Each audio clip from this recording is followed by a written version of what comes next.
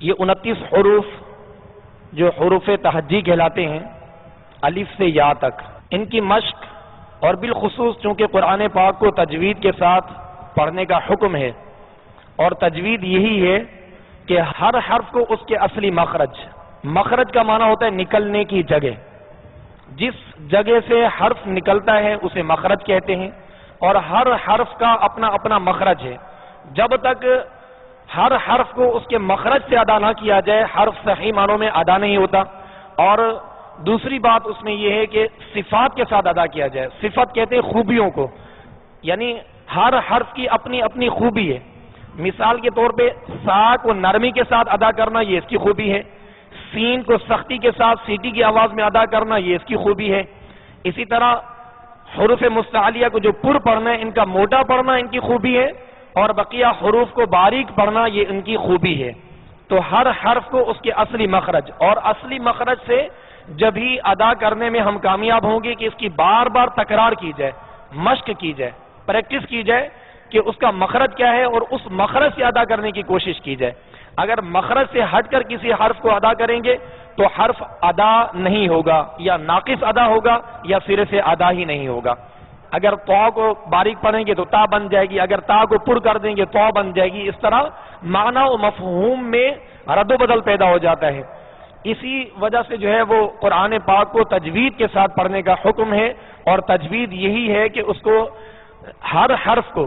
اس کے اپنے مقام سے جس جگہ سے ادا ہوتا ہے اس جگہ سے ادا کیا جائے، اور تمام خوبیوں کے ساتھ یعنی تمام صفات کے ساتھ ادا کیا جائے۔ تو انشاءاللہ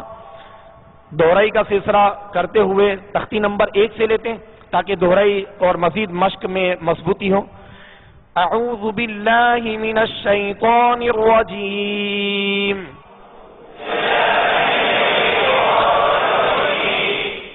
بسم اللہ الرحمن الرحیم،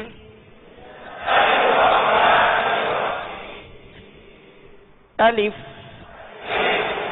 با تا ثا جیم حا خا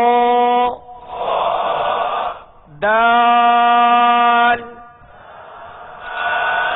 ذال را ذا سین شین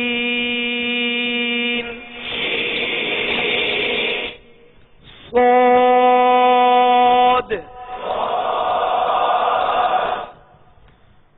حروف مستعلیہ جو 7 ہیں خا، صاد، ضاد، طا، ظا، غین، قاف، یہ 7 حروف ایسے ہیں جو ہمیشہ ہر حال میں پر یعنی موٹے پڑھے جاتے ہیں، اور ان کو موٹا پڑھتے ہوئے ہونٹوں کو گول نہ کیا جائے۔ ہوتا یہ کہ جب بھی ان کو ادا کیا جاتا ہے تو ہونٹ گول ہو جاتے ہیں، یعنی ان کو موٹا کرنے کے لیے ہونٹوں کا سہارا لیا جاتا ہے۔ ہونٹوں کو گول کیے بغیر جو ہے ان حروف کو پر پڑھنے کی کوشش کیجیے۔ صاد، ضاد،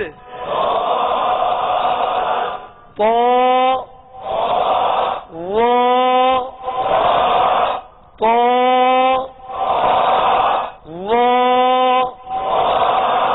جیسے طا کو ادا کرتے ہوئے یا وا کو ادا کرتے ہوئے اس کو موٹا کرتے ہوئے ہونٹوں کو جب گول کرتے ہیں تو طوا اور وا یعنی اس میں ایک حرف کا اضافہ ہو جاتا ہے واو کا، طوا وا یعنی ہونٹ گول کریں گے تو اس طرح یہ ادا ہوگا، جو کہ غلط طریقہ ہے، اور صحیح طریقہ یہ ہے کہ بغیر ہونٹ گول کیے ان کو ادا کیا جائے اور پر اور موٹا ادا کیا جائے۔ طا وا عین، عین،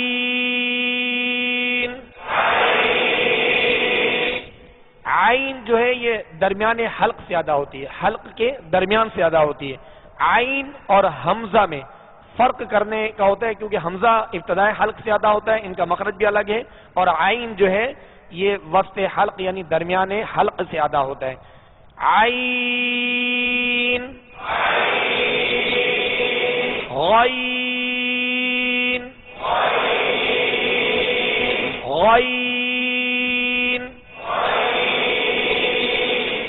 بھی حروف مستعلیہ میں سے ہے،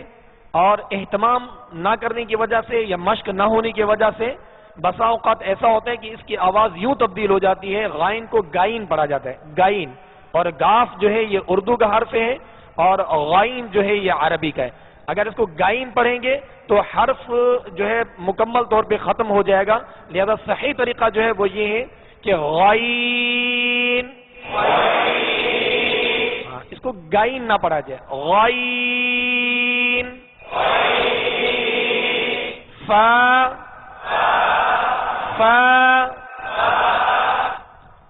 اوپر کے دونوں دانت جو سامنے کے اوپر کے دو دانت ہیں، ان کا کنارہ اور نچلے ہونٹ کا تر حصہ، اس سے فا ادا ہوتا ہے، اس سے فا ادا ہوتا ہے، یہ اس کا مخرج ہے، اس کا صحیح مخرج یہی ہے، اور اس سے ادا کریں گے تو صحیح ادا ہوگا، اور اگر اس طرح ادا نہیں کریں گے، دونوں ہونٹوں کو ملا دیں گے تو فا پھا بن جائے گا، جو کہ غلط طریقہ ہے اور حرف صحیح ادا نہیں ہوگا۔ تو اوپر کے سامنے والے دو دانتوں کے کنارے اور نچلے ہونٹ کا تر حصہ، فا، فا، قاف، قاف، دو نقطے والا جو ہے حروف مستعلیہ میں سے اس کو پر پڑھیں گے، اور آگے جو دوسرا کاف ہے ڈنڈی والا اس کو باریک پڑھیں گے۔ اس میں دونوں میں فرق کرنا ہے، دو نقطے والے قاف کو پر پڑھنا ہے، موٹا پڑھنا ہے، حروف مستعلیہ میں سے، اور جو ڈنڈی والا کاف ہے اس کو باریک پڑھنا ہے۔ قاف، یہ دو نقطے والے قاف کی آواز ہے، قاف، کاف، لام،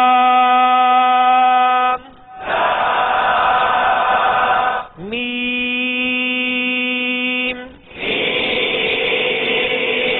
میم اور نون اور دیگر جیسے جیم ہو گئی، سین اور شین، وہ حروف جو کہ کسرہ کے ساتھ مد کے ساتھ ادا کیے جاتے ہیں، جیسے سین، شین یا لام، میم،